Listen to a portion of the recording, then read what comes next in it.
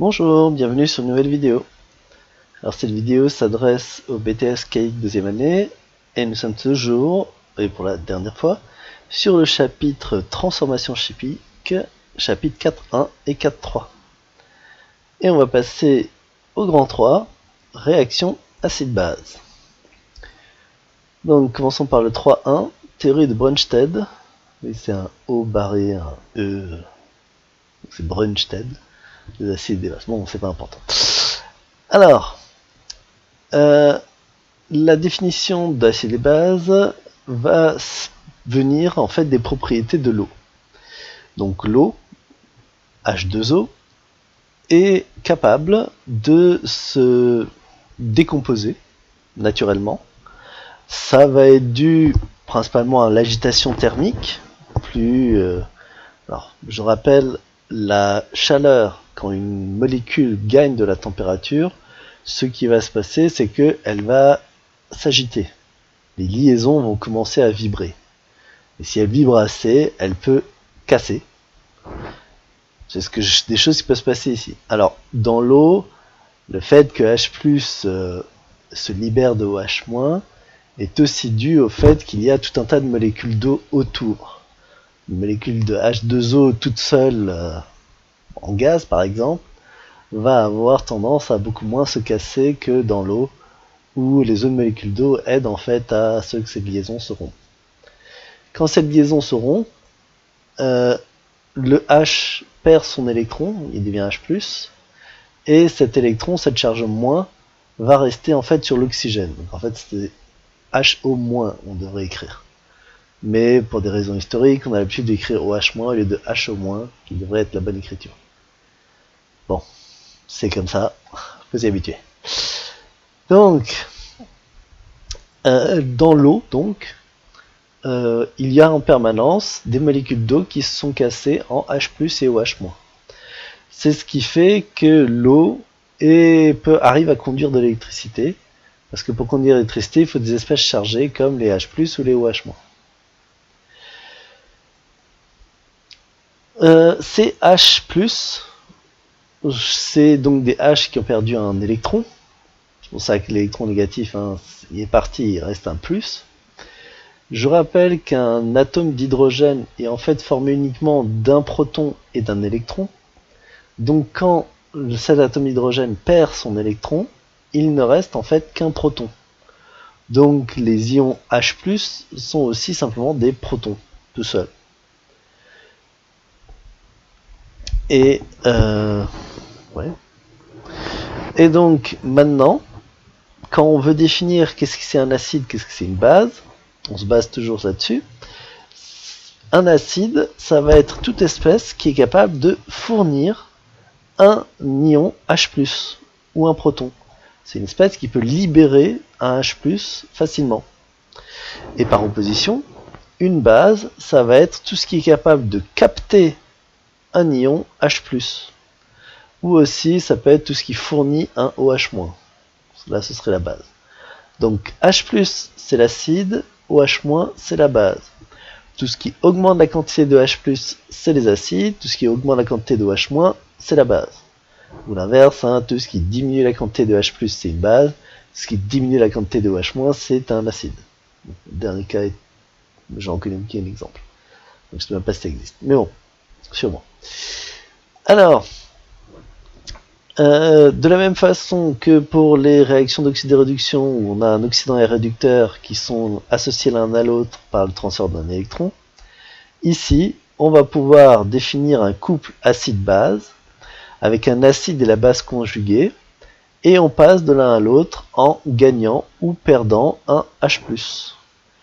Et donc on peut définir tout le groupe des réactions d'acide-base, où ça va être des réactions d'échange de H+. Donc, oui, une petite remarque, si un composé peut à la fois donner des H+, et prendre des H+, il est ce qu'on appelle un ampholyte, ou il est amphotère. L'adjectif c'est amphotère. Donc l'eau par exemple, c'est un ampholyte. On peut dire aussi l'eau est amphotère. Donc comment est-ce que l'eau arrive à remplir le rôle de la base et de l'acide? Mais on a les deux couples. Donc il est la base du couple, ce qu'on appelle ion oxonium et O. Donc l'ion oxonium c'est H3O+, et l'eau H2O. Et on peut écrire la demi-équation, H3O+, là, le HAC c'est aqueux, donc dissous dans l'eau, est égal à H2O liquide plus un H+, qui est aussi aqueux hein, derrière. Et là c'est aussi l'acide du couple O-ion hydroxyde. Donc l'ion hydroxyde c'est OH- ou HO-. Et donc on peut écrire que H2O c'est OH- plus H+. Donc ici l'eau capte un H+, donc diminue la quantité de H+, donc c'est une base. Et ici l'eau libère un H+, et donc c'est aussi un acide. Alors bon, j'en ai déjà parlé, mais donc on peut écrire qu'il y a une relation entre l'acide et une base en rajoutant un H+. Et lorsqu'on a une réaction acide-base, on va avoir un acide en présence d'une base qui vont s'échanger des H+. Voilà. Alors, petite nuance, c'est que dans le cas des réactions d'oxydoréduction, on n'a pas le droit d'avoir des électrons libres dans la nature. Ça n'existe pas tant qu'il y a de la matière, l'électron va aller dessus. Par contre, dans les réactions d'acide-base, on peut générer des H+, parce que ces H+, si on est dans l'eau, vont en fait être relativement stables. Bon, maintenant, comme je viens de dire, les H+, on peut les générer, et ils vont être stabilisés par l'eau. Donc il peut exister des H+ dans l'eau. Et comme il peut en exister, eh bien on veut arriver à les mesurer. Donc dans l'eau, les H+ se retrouvent en fait tous sous forme de H3O+, qui est en fait un H+ combiné à de l'eau. Enfin bon, on peut écrire H3O+, on aurait pu écrire H+ ici, ça n'aurait rien changé. D'ailleurs, des fois on écrit H+ à la place de H3O+. Alors pour savoir quelle est la bonne version, d'après les études, en fait pour solubiliser un H+, il faut 27 molécules d'eau. Donc en fait ici il faudrait mettre H+, plus 27 molécules d'eau. Bon, ça n'a pas vraiment d'importance, on met H+, on met H3+, ça veut dire la même chose. Donc, pour mesurer la quantité d'acide, ici c'est crochet, ça veut dire la concentration de l'acide. Donc ça veut dire le nombre de moles par litre d'acide. Donc les crochets, c'est ça la concentration. Et donc le pH, c'est moins log en base 10 de H3O+. Ou autrement, la concentration H3O+, c'est 10 moins le pH. Donc, pour mesurer le pH, différentes méthodes. Des méthodes visuelles, comme les indicateurs colorés, qui sont à peu près la même chose que le papier pH. C'est des espèces chimiques qui changent de couleur selon le pH. Et donc, ils pourront dire si on a passé de tel pH à tel pH. Et pour le mesurer de façon numérique, on utilise des appareils qu'on appelle les pH mètres, qui vont détecter la quantité de H3O+, présent dans la solution. Le prochain point, c'est sur ce qu'on appelle le produit ionique de l'eau. Oui, alors, pardon. Pourquoi est-ce qu'on prend une base logarithmique? Alors, les concentrations de H+ varient beaucoup. On peut en avoir un dixième de mol par litre, ce qui est très acide, et on peut en avoir un milliardième de mol par litre, ce qui est plutôt basique. Très basique, ce serait même des milliers de milliardièmes de mol par litre. Donc vraiment pas grand chose. Et comme ça peut varier vraiment d'un gros facteur, on est dans ce qu'on appelle une échelle logarithmique. Pour ceux qui ne savent pas ou ont oublié, le logarithme augmente avec la puissance de 10. Donc pour un logarithme de 10 puissance moins 1, le logarithme vaut moins 1. 10 puissance moins 2, le logarithme vaut moins 2. 10 puissance moins 3, il vaut moins 3. Et on a rajouté un moins devant, parce que vu qu'on a généralement des puissances de 10 négatives, avec le moins, ça fait des chiffres positifs. Et c'est plus facile, enfin c'est plus agréable, je dirais plutôt à manipuler. Bon, j'avais commencé à parler de la partie grand 3, le produit ionique de l'eau.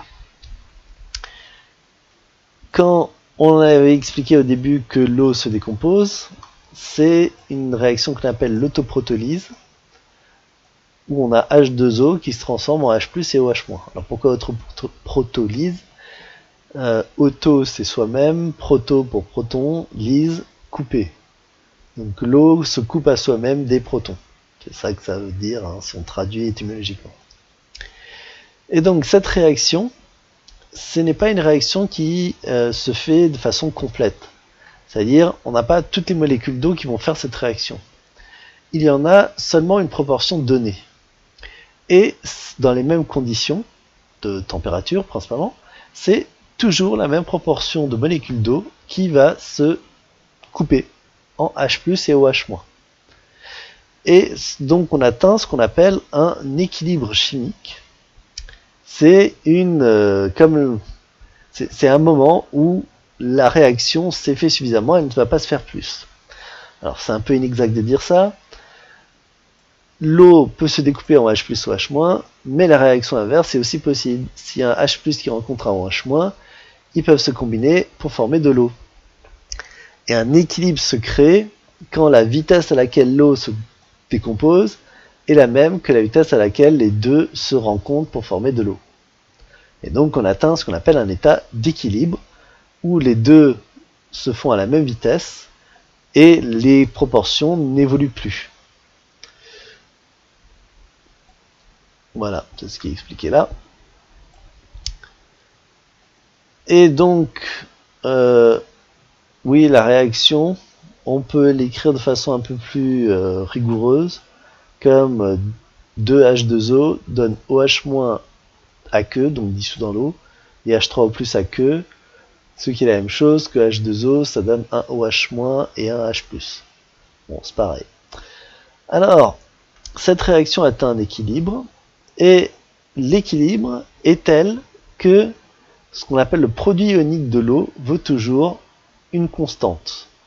Donc ici, le produit ionique de l'eau, c'est la concentration de H+, ou de H3O+, multiplié par la concentration de OH-, ça vaut toujours 10 puissance moins 4 à 25 degrés.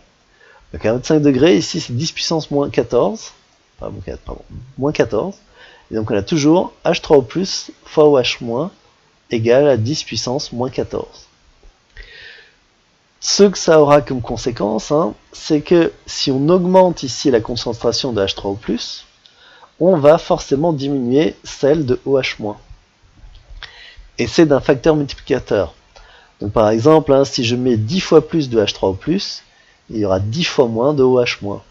Si je mets 1000 fois plus de H3O+, il y aura 1000 fois moins de OH-.